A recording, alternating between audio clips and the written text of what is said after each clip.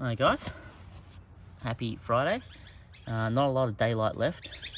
It's just after work here, and I just thought, what video could I quickly do with you guys this week that I could cover?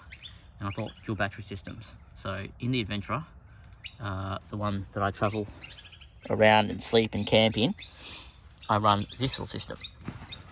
Now this little system here just runs on a basic lithium battery. This isn't a very big battery. This one fits into the standard compartment you get in the C and LX models Adventras. They're not that wide, as you can see, just as long as my finger and as tall as you can see from top to bottom. These are hooked to this panel here, which is 2 Anderson outputs, and also hooked onto the DC-DC back charger, which is behind there. It's a dummy DC-DC charger. As you know, everything I do with the Adventra is always budget. So I don't think there's anything in here that's premium. I mean, I don't know if you'd call kick-ass premium. I don't know what people consider these days, but I mean, that's just an inverter. I had to get a pure sine wave one because that's really, really important for all my electrical devices, that you run a good inverter. But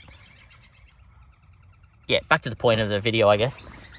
This budget system offers me about half the capacity of my dual battery system that car offers me.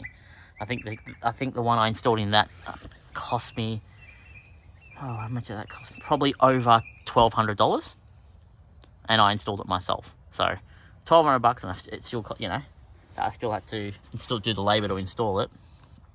And this one here cost me just about right on $400. So, and this gives me half the capacity. But this would be easy to upgrade to get more capacity. Like, I could just right now add a second battery in and I wouldn't need to do anything. The only issue is it would just take longer to charge up. But skipping all the details that get people confused anyway, I just want to get to the point that I run pretty much everything on Anderson plugs.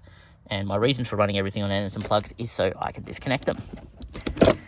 So if I ever wanted to run this appliance on the dual battery system over there, I could just connect an extension cord to this end into the plug at the end of the back of the car, and then I could just use this appliance. That's one reason. The other reason is also I have battery boxes. So I don't know if you've seen those little portable battery boxes people carry around. A lot of them have Anderson on the side or an adapter. It lets you plug stuff like this into that in case, for whatever reason, you need to run a fridge or an inverter or something that's not yours or someone else's. So that's the reason why I'm running Anderson there. The other reason why it's helpful is because this socket down here actually runs my main battery. So if my secondary battery was flat and I needed to run something, maybe I had to get my laptop on to do some work or something, I could just pull this cable and connect it there. And yes, it is long enough. I actually made sure there's enough cable under there that I can pull this out and connect it to my main battery if I needed. And of course, to combat the cigarette lighter socket accessories, I just got an adapter, which I always leave plugged in, because then it's always here, ready to go if I ever need to use them. Now that's my dual battery side. Now over on this side, this is my main battery side. Now, this is a really basic setup. Basically, it's just a kick-ass SIGGI socket, adapter, whatever you want to call it. It's got two USB-A ports here, a USB-C port on the back. I just leave that off until I never need power on this side. The only real thing I use this for is actually for my sleeping blanket, my electric blanket.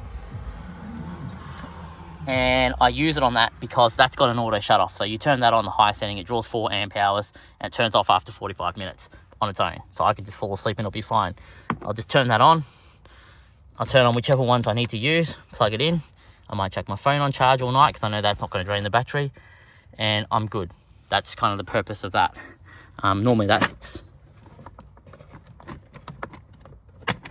behind underneath this table.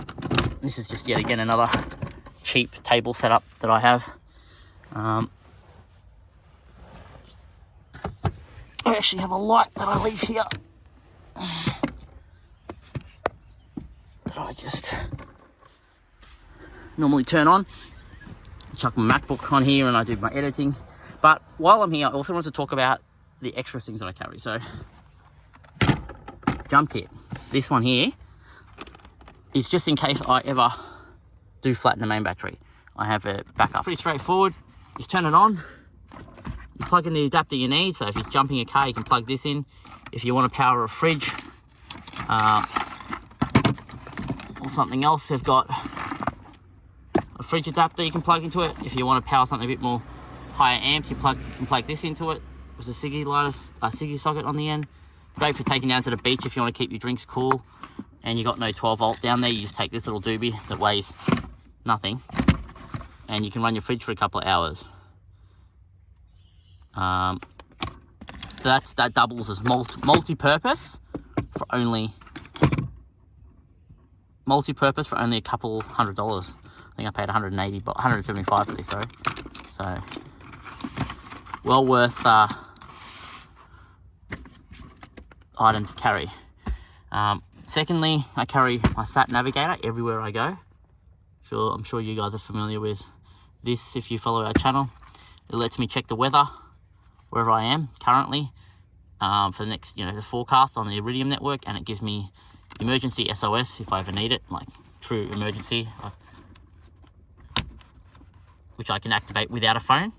But if you actually want to send messages, you need a phone paired to it. So you just hold that down and it activates it. There's instructions and all that. Not a toy, so you only ever use this if you ever really need to use it, the SOS I mean, but the texting function it gets and the weather functions you can get through your phone, very handy. Because it doesn't matter where you are, as long as you can see the sky, you can get a text message in and out on that. EVC torch. Now, everyone's just like, yeah, it's just another torch. And it is. What I do like about this though, and I was given this by EVC, which is actually why I have it, and if it ever breaks, I'll be buying another one, has lights on all ends of it, different brightnesses. But the most useful function of this that I found is that it's magnetic. So normally when this table's up underneath, I have those little magnetic lines. I will just actually attach this to it like that and switch the light to whichever direction I need. So generally it's the long strip. I find I end up using that one for a bit of light. Even when I go to drop toilets or anything, I can just attach that to the side while I'm in there or walk around. It's just, yeah, it's super handy to have, and it charges on USB-C, which is a bigger winning point for me. Like, everyone needs to get rid of micro USB and switch to USB-C, because everything should just be USB-C. It's a better connector. UHF, which everyone always obviously carries around. I'm a very big fan of the TX 6160s and the TX 6155 models. IP67, they just go through everything. I even had this in mud, in water, underwater, and because it dropped underwater, and then I picked it up, washed all the mud off it through the speaker and everything, and it still worked fine. So that's why I own 3 of those. And the newest edition, my Uniden scanner. This is more of a non-essential. This is just more for me, and what this actually gives me is a close call capture function. So if someone's talking on a radio in the car next to me, or on a 4-wheel drive track and they're in front of me, this will actually automatically switch to their channel and I can hear what they're talking about. So that way I can understand what's happening in front of me in case the track's difficult to get out of or something like that. And it's not a scanning function. It literally automatically just switches to their channel. It just instantly switches within a second. So that's how good that unit is. I plan on pairing that into a channel somehow so we can capture some reaction discussions on UHF bands. But look, that's my little kit that I carry around, and it barely covers everything. I mean, once I get into recovery gear and everything else I run, we'll be here for a while. I store so much tools down there. It's just stuff that I've accumulated over time and set up. Yeah, so if you have any questions, let me know. I'm going to go through in the video now, and I'll probably chop up this video. You probably won't get everything that I said in this video because I kind of just ramble off. That's just what I'm like. I'm sure I've also forgotten something.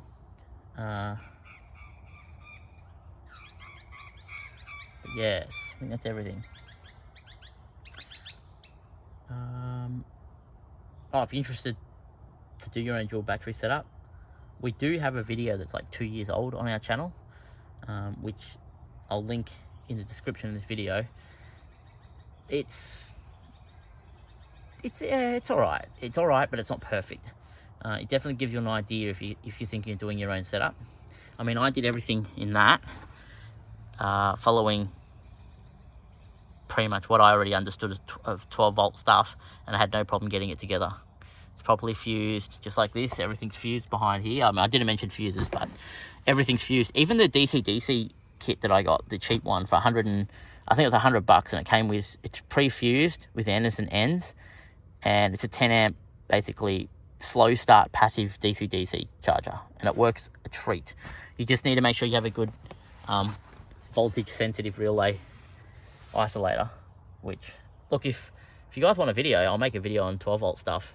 I mean, I want to do some of that on the channel, but yeah, it might be easier if I buy some new 12-volt stuff and maybe install a 12-volt thing in someone's car. But I'll think about it anyway. Alright guys, stay tuned. Let me know if you need anything else, and hit the like button. We'll get there.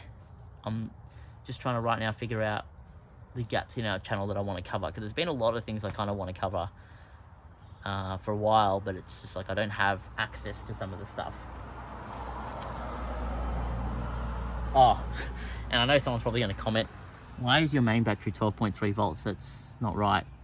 But the battery's actually on a 5-stage charger right now, charging, trying to get a recondition. I accidentally drained the battery over the weekend when we found out this car had water in the block and something going on. Well, I think the one of the rings has gone on one or more pistons. We had sand leaking into the motor, all sorts of stuff from Simpson that we didn't know was happening. So this car's up for a transplant. It's off the road for a month or so while I get another motor. Probably tidy up the new motor and then drop her in, and then she'll be good for a little while longer and get back out on the tracks. Anyway guys, take it easy. I'll see you later, and I'm out.